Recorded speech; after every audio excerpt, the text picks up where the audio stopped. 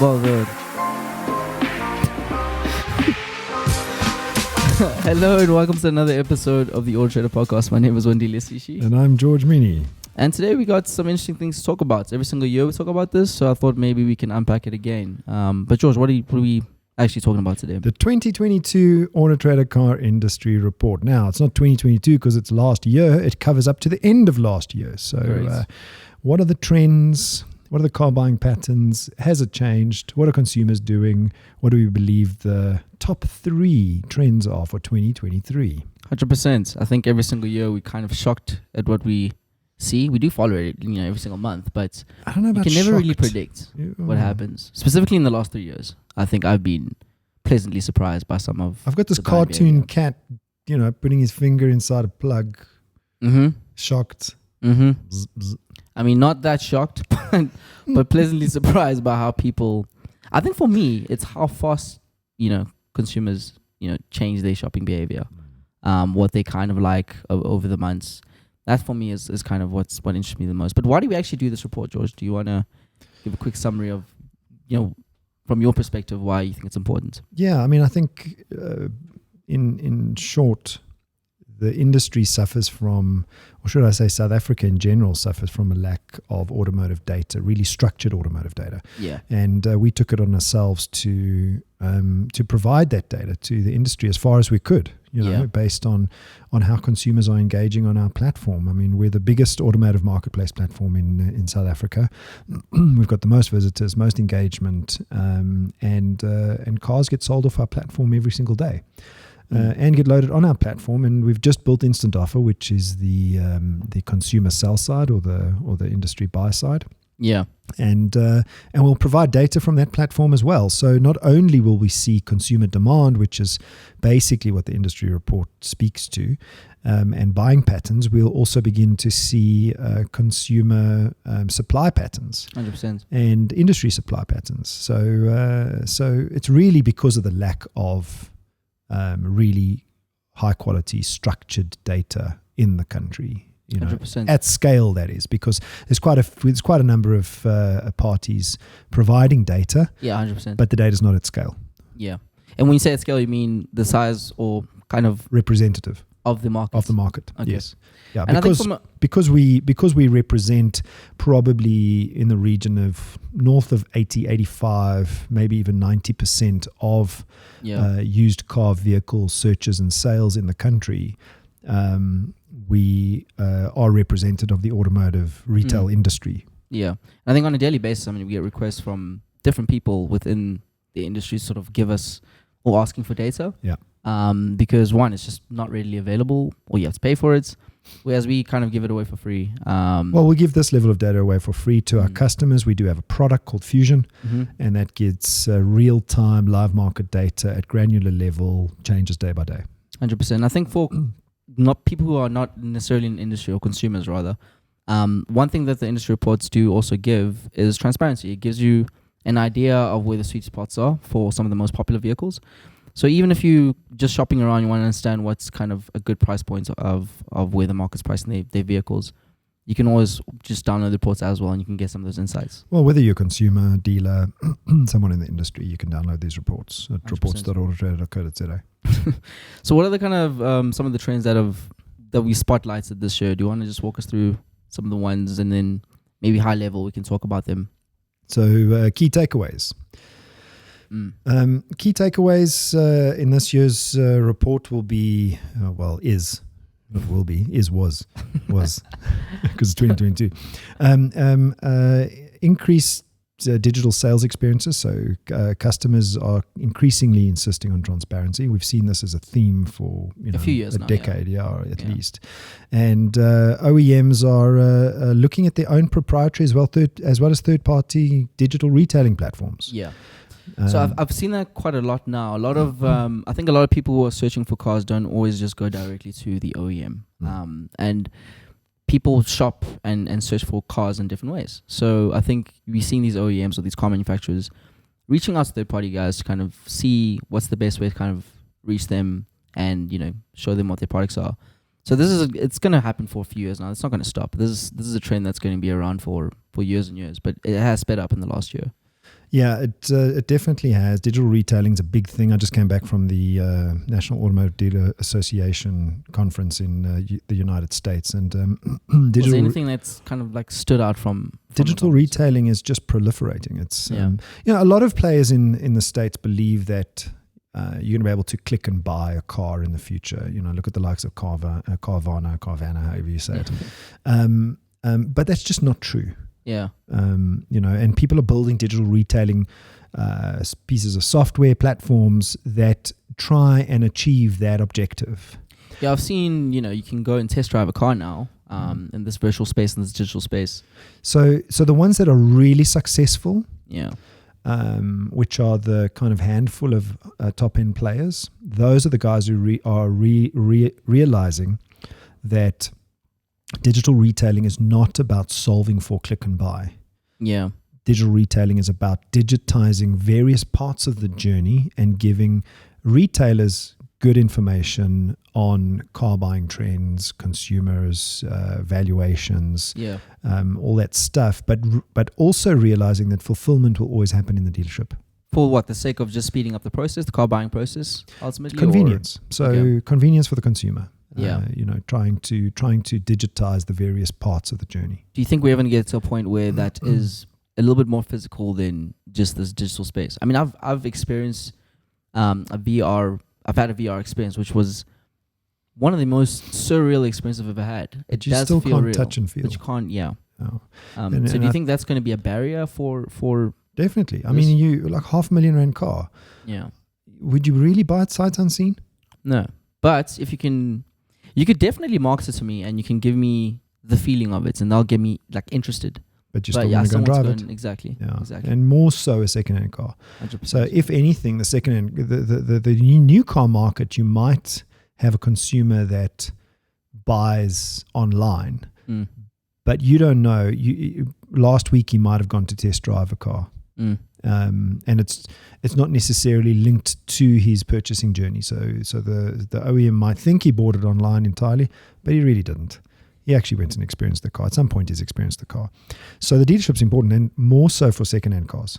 Well, I mean, there is exceptions to this. For instance, I know with Volvo when they released their P6 recharge and their P8 recharge, you could buy that completely online. Yeah, but it's a pocket. It's very small segment because there was high demand, low supply. When you get an environment where there's high demand, low supply, at some point you're going to kind of get that niche. But in the main, that's not the case.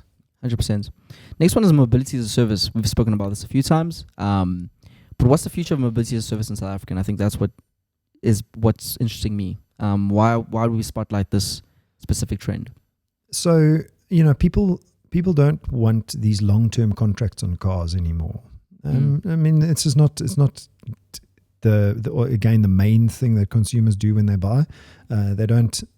It's not the Pareto 80-20. At the moment, this is part of the 20. Yeah. Not part of the 80. In terms of what ownership versus usage. Yeah. Usage of a car. So mobility as a service, and we saw through the pandemic that people actually went back from using ride-hailing apps, ride-hailing services and taxis, and back into owning their own cars. So just depends on the time, ultimately.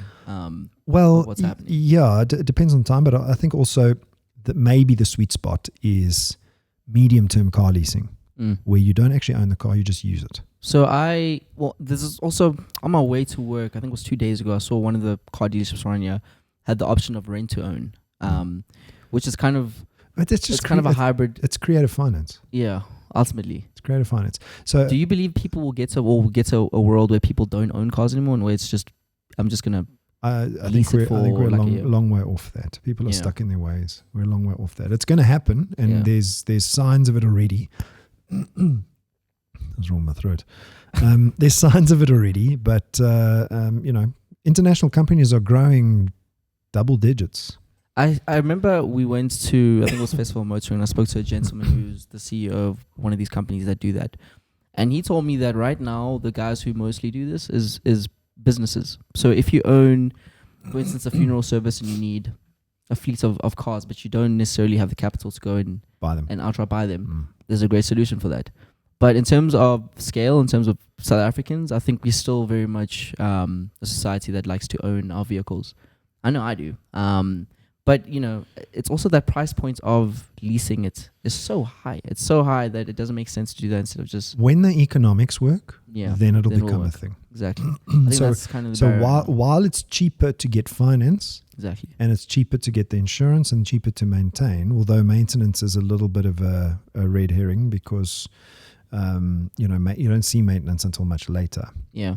Because of warranties, but while it's cheaper to own financed and have insurance on the car versus leasing, people are going to go for the cheaper option, and that is car ownership right now. Yeah, it has to be cheaper. So at the moment, you think about it this way: I want to lease a car, or rent a car to somebody. Should I say not lease?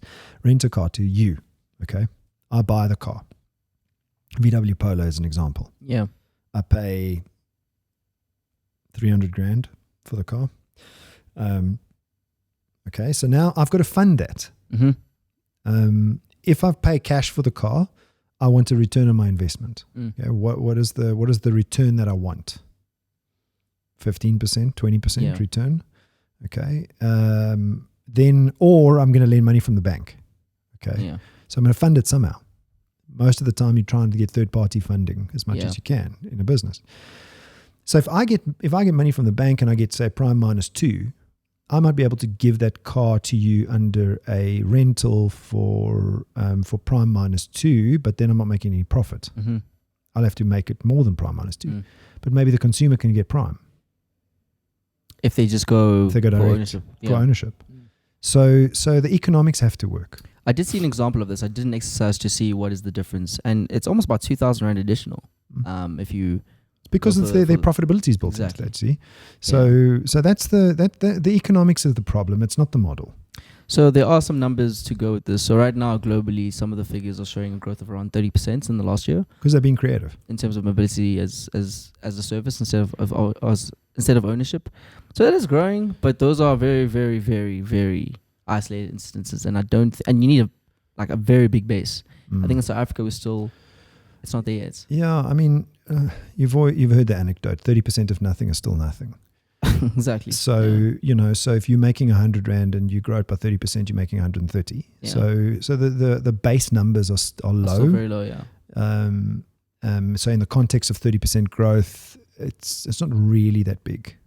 Speaking of small bases, green initiatives. That is the third thing that's been sparked last year. I mean, the buzzword right now is just new energy vehicles, hybrids and electric vehicles.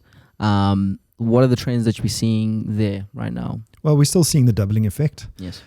Search on our platform for electric vehicles, battery electric and hybrid. Hybrid's actually got more search than battery electric. But the numbers, again, are still small. So, 212 vehicles sold in the previous year versus 500. Yeah. That's still more than doubling. But if that doubling trend continues, it really exponentially grows very quickly. It's compounding. It's compounding, exactly. So we're seeing that trend continue. But what is the doubling effect to infinity? I think it's 64 times or something. No, I think you in a couple of years you get like market saturation. So I don't believe the doubling will continue forever. But if it does, we'll get to an EV world quite quickly, maybe 5-10 years. Hybrid vehicles are growing faster in terms of people buying them. So that's good to see. And it's something that you've said many months before this was you believe that hybrid is going to be kind of the stepping stone into where EV is. Well, it's because of things like load shedding in grid infrastructure and long distance driving. I mean, during the holidays, I took a drive down to the Free State. In a hybrid vehicle? In a diesel. Okay. Not in my I-Pace. And I got to my destination 2 hours quicker than in my I-Pace. 2 hours quicker. Do you think that is a substantial number where people are like, that's it's so big that like I can't do it? It's about 20% faster. 20% faster than I've done that same trip in my I-Pace. Did you feel more relieved at the end of that, or was there? No, I felt a little bit more stressed, and I can tell you one thing that happened in that drive versus in my electric vehicle was, you know, when you drive for long distances and you only stop for fuel, that's what I did. Only stop for fuel. You get this like floaty feeling because you've been driving for so long. Yeah. And with the battery electric, because you have to stop to charge, you feel a little bit more recharged. You feel recharged, exactly. Yeah. I actually feel I feel like taking an extra 2 hours is worth it. Yeah, because it doesn't feel like work. I remember I recently drove to Cape Town, did the full drive going there. I did the full drive in 1 day. Coming back, did it in 2 days. So much better. Yeah. I've done the 1 day thing to Cape Town in a petrol vehicle before, and it's so stressful. Yeah. So, you know, so if it took me 2 hours longer in an I-Pace versus an ICE vehicle to get to Colesberg area, that's where I went. And then there's that same distance, sort of more or less to Cape Town. It's a little bit further, but to Cape Town. Yeah. That means you've got 4 hours added to your trip in an EV right now. Yeah. What if you're doing in an EV? In an EV, yeah. 4 hours added to your trip. But that's doable over 2 days. It is. Very doable, and you're relaxed when you get there. Exactly, yeah. You know, and it's safer, ultimately. So in an ICE vehicle, you're going to do 2 days. In an EV, you will do 2 days too. Okay. Last one, I think, is kind of close to the first one, which is holistic car buying experiences. So this one just speaks to the fact that people are smarter. Consumers are just a lot more educated with regards to how to buy, what's the options, and also what are kind of how to buy. And right now, I think it's important, or another trend that's come out, is this idea that you facilitate everything with transparency and giving them the option to kind of experience what the initial product is going to be. So, well, I think what you're talking about is, you know, car selling by the consumer. Yes, this is car selling. Yeah. So, I mean, it's easy to get confused. The trade buys cars. Yeah. But the trade also sells cars. Yeah. Right. So what we're talking about here is the car buying experience by the industry, but more importantly, the car selling experience by the consumer. Now, the trends over the last decade or so has been that the buying and selling journey of the consumer, because when you're a consumer and you're a car buying consumer, you've usually in a car, you've got a car to sell, right? Yeah. That selling journey and the buying journey were very closely coupled. Along comes creative buying services and platforms that offered the consumer different ways in which to sell their car. Yeah. And not necessarily buy a car in the same journey, started to create this diversion of the selling journey for the consumer and then the buying journey for the consumer. Forget the other side of the trade for a second. So this is just consumer selling and consumer buying. So the divergence of this selling journey versus buying journey started to happen. In which the consumer had creative ways to sell their car. I don't need to trade my car in on the car that I'm buying. I don't need to sell my car privately on a platform like AutoTrader.co.za. Yeah. I've got other options. And the other options actually aren't too bad. Yeah. Because you know the principle. The faster you want to sell your car, the lower the price. Yes. It's normal. Okay. If you're prepared to wait a while, you can sell it private. You can sell it on AutoTrader.co.za as a private consumer. Yeah. And it's going to take you, if the price point is in the right place, it'll take you a couple of weeks to sell. Yeah. But if you want to sell it tomorrow, yeah, you're going to have to accept trade prices. So creative buying services came along and gave the consumer options. And that's good for the consumer. So we decided to enter this race for consumer car selling because, you know, we believe that the cars have to end up at the trade, at the dealer, at the end of the day, because the one part of the industry that's been damaged is probably not the right word, but it's just like a bad reputation. Essentially. Well, no, the one part that the industry has lost. Yeah. Is the trade-in. The trade-in, yeah. The trade-in, or losing, should I say, is the trade-in. So the car dealer started losing the trade-in to creative car buying services. Yeah. And the consumer loved it. And so we launched Instant Offer to enter the race. And our objective is to try and get that trade-in back to the dealership. It's quite interesting. But yeah, I mean, we speak about instant offer a lot, but if you're interested in selling your car instantly, AutoTrader Sealers today. So let's maybe move into some of the results that came out of the reports. I think is quite important. Is there any key highlights that you want to kind of walk us through, such as what's the most searched for car, what's the most viewed car, and what's the most inquired car? Yeah, I mean, before we get to the actual make model variants themselves, but I think what's interesting to note is right up until the end of 2022, we're still seeing double-digit growth in platform visits. Okay, so we enter the pandemic. Everybody starts buying things online, including cars. We see this massive buoyancy in consumer traffic and conversion. That starts to slow slightly right up until the end of last year, where we have still seen double-digit growth in consumer platform visits. Yeah. And so when you look back, what has actually been created is a bit of a used car bubble. Mm-hmm. Because in the world where there was a lot of consumer demand, used car prices started to rise. So I'm expecting that consumer engagement and conversion is going to slow a little bit at the beginning of this year before it picks up again as used car prices flatten off and maybe fall a bit. But I don't think people are going to move off of using online platforms as I think that's just become the norm. It's a price bubble. Yeah. So that bubble has to kind of deflate a bit. So this in terms of conversions, you're saying basically we will people see some cars. Sort of going down. Yeah. Yes. So people buying cars. I think prices are going to decline a bit before the market reaches normality. I mean, another thing that's driving this is the silicon chip shortage is now becoming a thing of the past. Yeah, stabilizing a little bit. Yeah. Yes. So therefore, consumers are more interested in new cars too. Yeah. So that's also taking the demand away from used. So prices for used cars have to fall a little bit in order to stabilize back to normal kind of economics. Speaking of that, so I mean, we saw once again another double-digit increase in terms of prices for both used and new cars. So you think that this price is not going to be the new base for much longer? You think it's definitely going to go down? Because I think that's been a big concern for a lot of consumers. Well, it has to. Economics work itself out.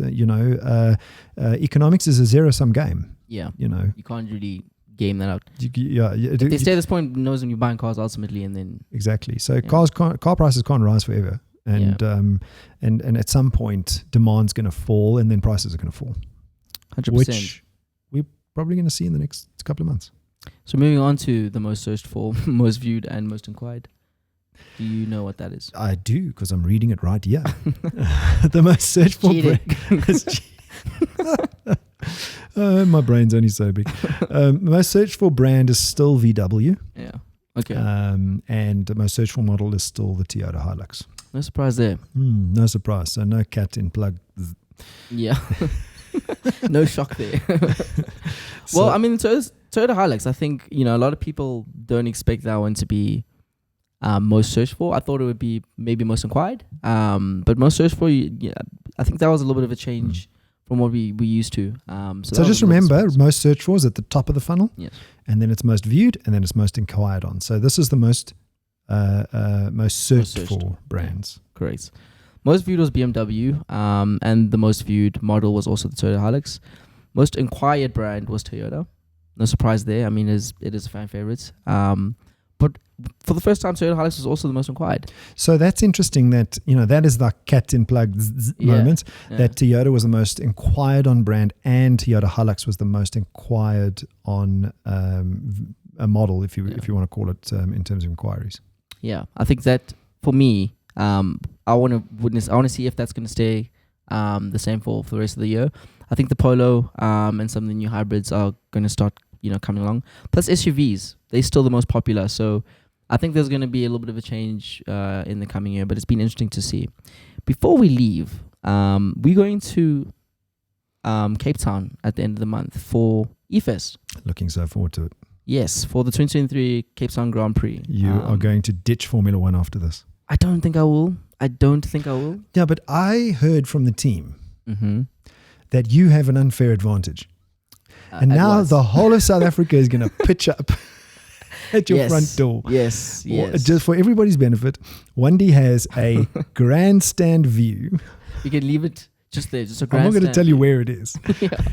Wandie has a grandstand view of the circuit. He is so lucky. If you guys watch the TV, you might just see me waving. Exactly. Let me just put it like that. But AutoTrader is going to be also running a competition where you can win double grandstand tickets. So if you want some more information on that, just go to the AutoTrader site, because it's going to be, it's the first time in South Africa, and I think it's something that shouldn't be missed.